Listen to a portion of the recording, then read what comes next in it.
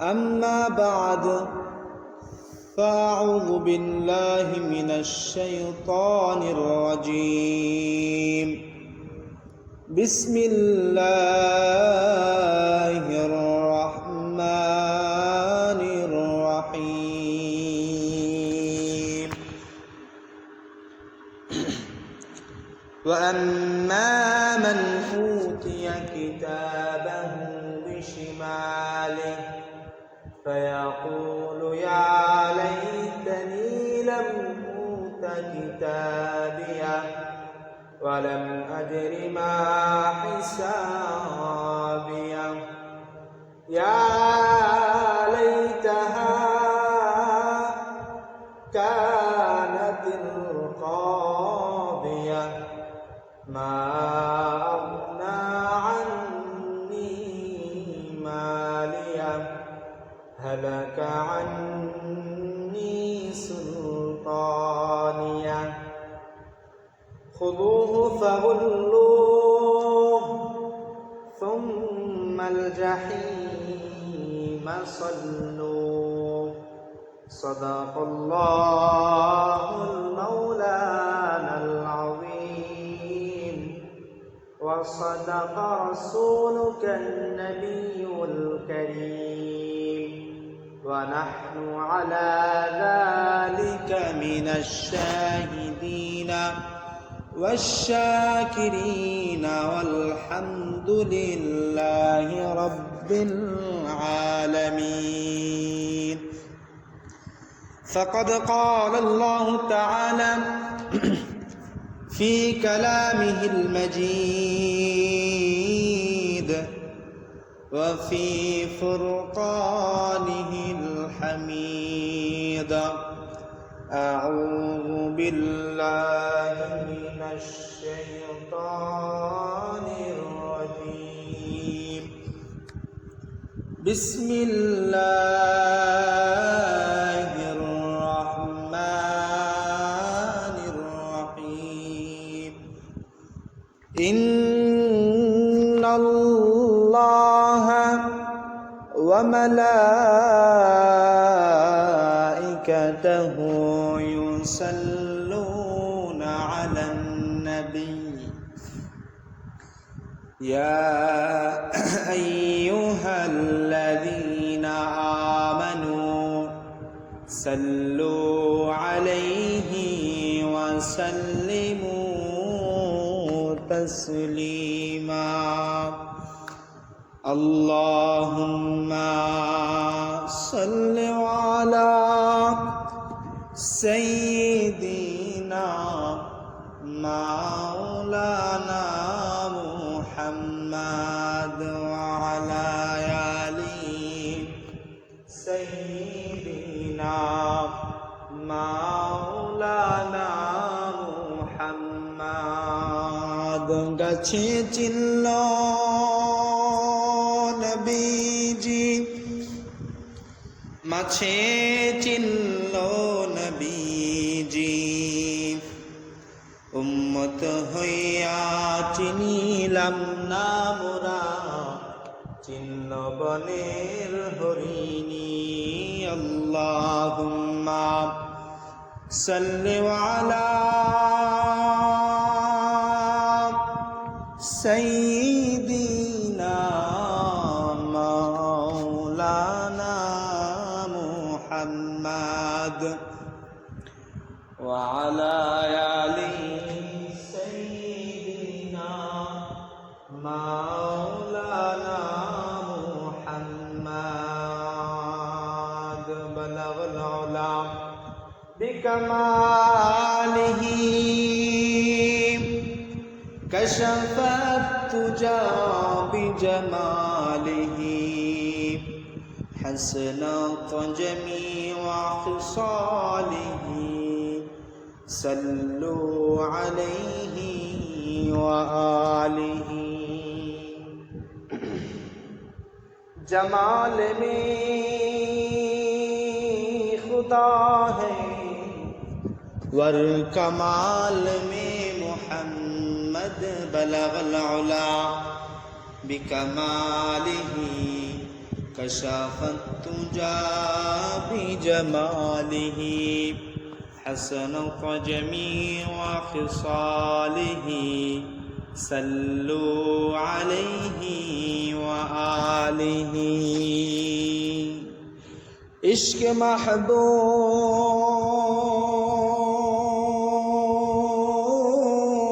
खुदा जिस दिल में शामिल न हो लाखों मोमिन मगर ईमान में कामिल नहीं बलगल उला बिकमालिही कशफत तुजा बिजमालिही हसनत जमीअ खिसालिही सल्लु अलैहि व आलिहि। সম্মানিত মুসল্লিয়ানে কিরাম,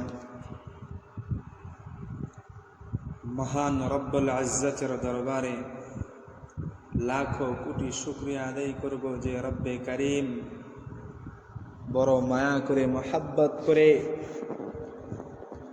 দুনিয়ার সমস্ত দুনিয়াবি কাজ থেকে ফারিগ হয়ে আজকে সপ্তাহের সর্বশ্রেষ্ঠতম দিন সৈয়দুল আইয়াম পবিত্র জুমার দিন মহান আল্লাহ পাক রব্বুল আলামিনের মহান হুকুম আদায় করার উদ্দেশ্যে আল্লাহর ঘর মসজিদে এসে বসে কোরআন ও হাদিসের আলোকে দুইটি কথা শোনা এবং বলার মতো তৌফিক দান করেছেন, সেই রব্বে করিমের দরবারে অন্তরের অন্তঃস্থল থেকে সকলে প্রাণ খুলে জবান খুলে বলি আলহামদুলিল্লাহ। আজকে দুনিয়ার চারদিকে মানুষ বহুরূপী কাজের ভিতরে ব্যস্ত আছে। আপনি আমি আল্লাহ আপনাকে আমাকে ভালোবাসছেন বলে আপনার আমার কল্যাণ চাই বলে আল্লাহ তাআলা আপনাকে আমাকে মসজিদে আসার তৌফিক দিছেন, কিন্তু আপনার মতোই দুই হাত দুই পা দুই চোখ দুই কানওয়ালা লোক মানুষ দুনিয়ার চারদিকে ছড়িয়ে ছিটিয়ে আছে। তারা দুনিয়ার মোহমায়ায় পড়ে আছে। আল্লাহ তাআলার হুকুম তাদের কপালে পালন করার মতো নসিব তাদের নাই,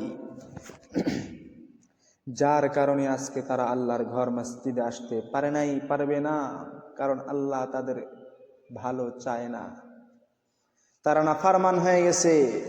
আল্লাহ তাআলা তাদেরকে ভালোবাসেন না, বিদায় আল্লাহ তাদেরকে মসজিদের দিকে আনে না। তো এইরকম ফাসাদের জামানার ভিতরে আল্লাহর রাসূল সাল্লাল্লাহু আলাইহি ওয়াসাল্লাম হাদিসে পাকের মধ্যে বলছেন, মান তামাসসাকা বিসুন্নতি ইনদা ফাসাদি উম্মতি। ফাসাদের জামানা, এই হলো সেই ফাসাদের জামানা চলতেছে। নবীর হাদিসের আলোকে এই ফাসাদের জামানায় আল্লাহ তাআলা আপনাকে আমাকে মহব্বত করে মসজিদে এনেছেন নামাজ আদায় করার জন্য। আমরা নামাজ আদায় করব এবং ওই রব্বে করিমের দরবারে শুকরিয়া আদায় করব যে আল্লাহ তাআলা আমাদেরকে যেন সর্বদা এইরকম ভালোই বাসেন। আল্লাহ তাআলা যেন আমাদের উপর রাজি সন্তুষ্টই থাকেন, বেজার যাতে না হয়। আরেকটি কথাও, জুমার নামাজ আমরা পড়তে আসি, কিতাবের মধ্যে আছে আল্লাহ তাআলা যদি কোনো বান্দার কোনো ইবাদত কবুল করেন, এই ইবাদত কবুল হয়েছে কি হয় নাই এর প্রমাণ স্বরূপ তো কিছু দরকার আছে না? আল্লাহ তাআলা আপনার ইবাদত যে কবুল করেছেন এর প্রমাণ কিতাবের মধ্যে লিখছেন। আপনি যে ইবাদত করেছেন ওই ইবাদত যদি আবার করার তৌফিক হয়, বুঝবেন আগে যেটা করেছি ওইটা কবুল হয়েছে। তাহলে এর মানে বোঝা যায় যেই ব্যক্তি ফজরের নামাজ আদায় করেছে আবার জোহরের নামাজ আদায় করেছে, তার মানে বোঝা যায় ওই ফজরের নামাজ তার কবুল হয়েছে, বিদায় আল্লাহ তাআলা তাকে জোহর পড়ার তৌফিক দিয়েছেন। জোহর পড়েছেন, আসর পড়েছেন, বুঝবেন আসর কবুল হয়েছে, বিদায় আল্লাহ জোহর কবুল হয়েছে, বিদায় আল্লাহ আসর পড়ার তৌফিক দিয়েছেন। পুরা সপ্তাহের ভিতরে এক ওয়াক্ত নামাজও তুমি পড়ো না, জুমার দিন জুমার মসজিদে এসে হাজির হও। আল্লাহর কসম করে বলি, যেই 4 ওয়াক্ত নামাজ তোমার উপরে ফরজ ছিল তুমি পড়ো নাই, সারা সপ্তাহ নাফরমানি করেছো। আল্লাহ তাআলা তোমাকে শুধু জুমার নামাজ আদায়ের জন্য আন্ডাও দেবে না, পচা আলু পচা ডিমও দেবে না তোমাকে। কারণ 5 কেজি আলুর দোকানে গেলে যদি এরকম লটারি লাগায় 5 কেজি আলু কিনলে 1 কেজি ফ্রি, আপনি যদি গিয়া 5 কেজি আলু না কিনা যদি বলেন ভাই আমাকে ফ্রিটা দিয়া দেন, তাহলে দোকানদার যেরকম ধাক্কা দিয়ে বের করে দেবে। আল্লাহর হুকুম সব আদায় না করে যদি শুধু বোনাস ঈদের দিনের মতো এই জুমার দিন শুধু এই বোনাসটা নেওয়ার জন্য আসছেন, আল্লাহ তাআলা আপনাকেও ধাক্কা দিয়ে বের করে দেবে। মুহতারাম হাজিরিন, সময় অল্প। আল্লাহ তাআলার কালামুল্লাহ শরীফ থেকে 29 নম্বর পারার সূরাতুল হাক্কাত থেকে কিছু আয়াতে কারিমা তেলাওয়াত করেছি। এই আয়াতে কারিমা সামনে রেখে আমি আপনাদেরকে আলোচনা শোনাবো। আল্লাহ তাআলা বলা এবং শোনার তৌফিক দান করেন সকলে বলি আমিন। সূরাতুল হাক্কাতের ভিতরে আল্লাহ পাক রব্বুল আলামিন বলতেছেন, وَأَمَّا مَنْ أُوتِيَ كِتَابَهُ بِشِمَالِهِ। আল্লাহ পাক রব্বুল আলামিন বলতেছেন, যেই দিন তোমার বাম হাতের ভিতরে তোমার আমলনামাটা দেওয়া হবে। وَأَمَّا مَنْ أُوتِيَ كِتَابَهُ بِشِمَالِهِ, বান্দার বাম হাতের মধ্যে যেই দিন আমলনামাটা দেওয়া হবে গো, فيقول وأما من أوتي كتابه بشماله فيقول يا ليتني لم أوت كتابيه। বান্দা বাম হাতে তার আমলনামাটা পাইয়া বলবে, কিতাব যদি আমাকে না দেওয়া হতো, এই কিতাব যদি আমাকে না দেওয়া হতো, আমার আমলনামা যদি আমাকে না দেওয়া হতো। তারপরে বান্দা বলবে, ওয়ালাম আদরি মা হিসাবিয়া, আমার আমলনামায় তো শুধু গুনাহ গুনাহ, এমন করে আমি হিসাব দিব আল্লাহর কাছে। ওয়ালাম আদরি মা হিসাবিয়া। এরপরে বলবে বান্দা, ইয়া লাইতাহা কানাতিল কাদিয়া মা আগনা আন্নি মালিয়া হালাকা আন্নি সুলতানিয়া। সেই দিন বান্দা চিৎকার করে বলবে, মা আগনা আন্নি মালিয়া, আজকে এই মহান মুসিবতের দিন আমার মাল সম্পদ আমার কোনো কাজে আসলো না, আমার টাকা সম্পত্তি, আমার বাড়ি গাড়ি, আমার লক্ষ লক্ষ কোটি কোটি টাকা আজকের দিনে কোনো কাজে আসলো না, কোনো কাজে আসবে না। সেই দিন বান্দা আফসোস করে বলবে, হালাকা আন্নি সুলতানিয়া, আমার দুনিয়ার মধ্যে আমার ক্ষমতা আজকে কোনো কাজে আসবে না, কোনো কাজে আসবে না। আজকে আমার ক্ষমতা আমার কোনো কাজে আসলো না। হালাকা আন্নি সুলতানিয়া। এইরকম করে করে বান্দা যখন আফসোস করতে থাকবে, আল্লাহ তাআলার গায়বী আওয়াজ, আল্লাহ তাআলা ফেরেশতাদেরকে ডাক দিয়া বলবে, ও আযাবের ফেরেশতা, জাহান্নামের ফেরেশতা, খুযুহু ফাগুল্লুহু সুম্মাল জাহিমা সাল্লুহু। আল্লাহ পাক রব্বুল আলামিন বলবে, খুযুহু ফাগুল্লুহু সুম্মাল জাহিমা সাল্লুহু। জাহান্নাম থেকে আগুনের শিকল নিয়ে আসরে ফেরেশতা এই নাফরমান গুনাহগারকে পেঁচা, শিকল দিয়ে পেঁচা। সুম্মাল জাহিমা সাল্লুহু, জাহান্নামের আগুনের শিকল দিয়া বেরি দিয়া তোমার হাত পা গুলো বাঁধিয়া, শুধু হাত পা গুলি বাঁধিয়া না, হযরতে আব্দুল্লাহ ইবনে আব্বাস রাদিয়াল্লাহু তাআলা আনহু হাদিসের মধ্যে বর্ণনা করেন, তিনি এই তাফসীর করতে গিয়া বলেছেন, আগুনের শিকল নাকের ছিদ্র দিয়া ঢুকাইয়া পায়খানার রাস্তা দিয়া বাহির করিয়া এইভাবে পেঁচানো হবে। তারপরে শুধু হুফাগুল্লুহু সুম্মাল জাহিমা সাল্লুহু, তোমাকে টেনে টেনে জাহান্নামের দিকে নেওয়া হবে। আবার ওই দিকে সূরাতুল কাহফ পুরা 15 নম্বর পারার 18 নম্বর পৃষ্ঠা সূরাতুল কাহফের 49 নম্বর আয়াতের মধ্যে বলতেছেন, বান্দার হাতে যখন আমলনামাটা পাইবে বান্দা তখন বলবে মালি হাযাল কিতাব ওয়ালা সগীরাতান ওয়ালা কাবীরাতান ইল্লা আহসাহা। বান্দা বলবে মালি হাযাল কিতাব, ইহা কেমন কিতাব, ওয়ালা সগীরা, এখানে ছোট থেকে ছোট গুনাহ লেখা আছে, ওয়ালা কাবীরা, বড় থেকে বড় গুনাহ সমূহ লেখা আছে। এরপরে বলবে ইল্লা আহসাহা, কোনো কিছু এই কিতাবের মধ্যে বাদ নাই। জীবনে আমি দিনের কাম রাইতের কাম আকাম কুকাম যা করেছিলাম সমস্ত কিছুই আমলনামার ভিতরে আছে। মালি হাযাল কিতাব, ইহা কেমন কিতাব। বান্দা সেই দিন আফসোস করতে থাকবে কিন্তু কোনো কাজে আসবে না। সেই দিন কোনো কাজে আসবে না এই আফসোস।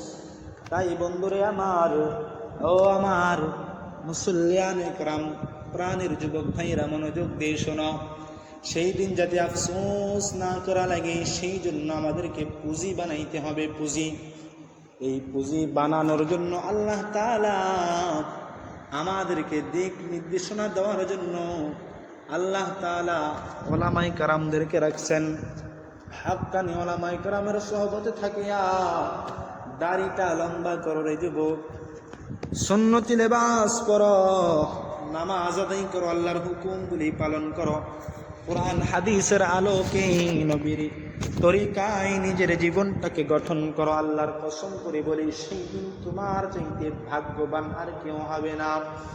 আল্লাহর রাসূল সাল্লাল্লাহু আলাইহি ওয়াসাল্লাম হাদিসে পাকের মধ্যে বলেন, মান তামাসসাকা বিসুন্নতি ইনদা ফাসাদি উম্মতি, ফাসাদের জামানায় মানুষ সাঁকো থেকে পড়ে যাইয়া যেরকম সাঁকোর বাঁশ ধরে ঝুলে থাকে, গাছে উঠতে যাইয়া গাছের ডাল ভাঙ্গিয়া পড়িয়া যাওয়ার সময় যেমন একটা ডাল ধরিয়া ঝুলিয়া থাকে, তেমন করে যদি ফাসাদের জামানায় আমার কোনো একটা উম্মত আমি নবীর একটা সুন্নত ধরিয়া লটকায় থাকে, আমার আল্লাহ তাকে 100 শহীদের সওয়াব দিয়ে আল্লাহ জান্নাত দান করবেন। ও যুবক ভাইরা রে, নবীর একটা সুন্নত আঁকড়ে ধরো, জীবনের শুরু থেকে মৃত্যু পর্যন্ত একটা সুন্নতের উপর আমল করো, আল্লাহ তাআলা তোমাকে ফালাহু আজরু শহীদ, গলা কাটা শহীদ অথবা 100 শহীদের সওয়াব দিয়ে আল্লাহ তাআলা তোমাকে জান্নাতে প্রবেশ করাবেন। সুবহান। ও ভাইরা রে আমার, ওই অন্ধকার কবরের ভিতরেই যাতে আফসোস করা না লাগে, যাতে এই সমস্ত শব্দগুলি আমাদের মুখ দিয়ে উচ্চারণ করা না লাগে, যে আল্লাহ কোরআনে তো বলছেন মালি হাযাল কিতাব, সেই দিন মানুষ আফসোস করে বলবে মালি হাযাল কিতাব ওয়ালা সগীরাতান ওয়ালা কাবীরাতান ইল্লা আহসাহা। এই শব্দগুলি যাতে আপনার আমার জবান থেকে না বাহির হয় রে বাবাজি, গভীর মনোযোগ দিয়ে শুনেন। এই জন্য আল্লাহ তাআলা দুনিয়ার মধ্যে ইসলামের পাশে ভিত্তি দিয়েছেন।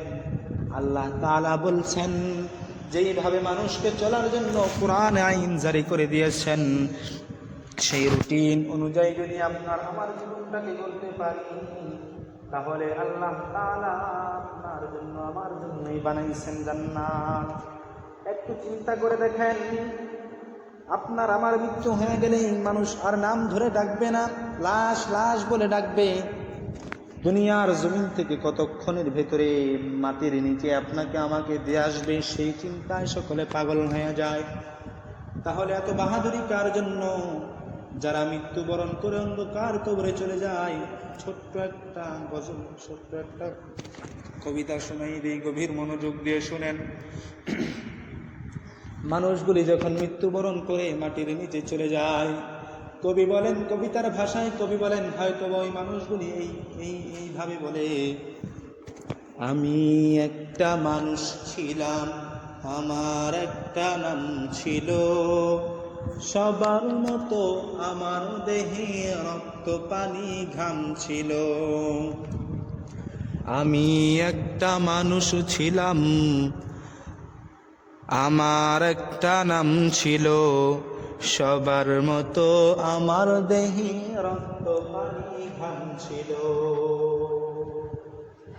মৃত্যু ছিল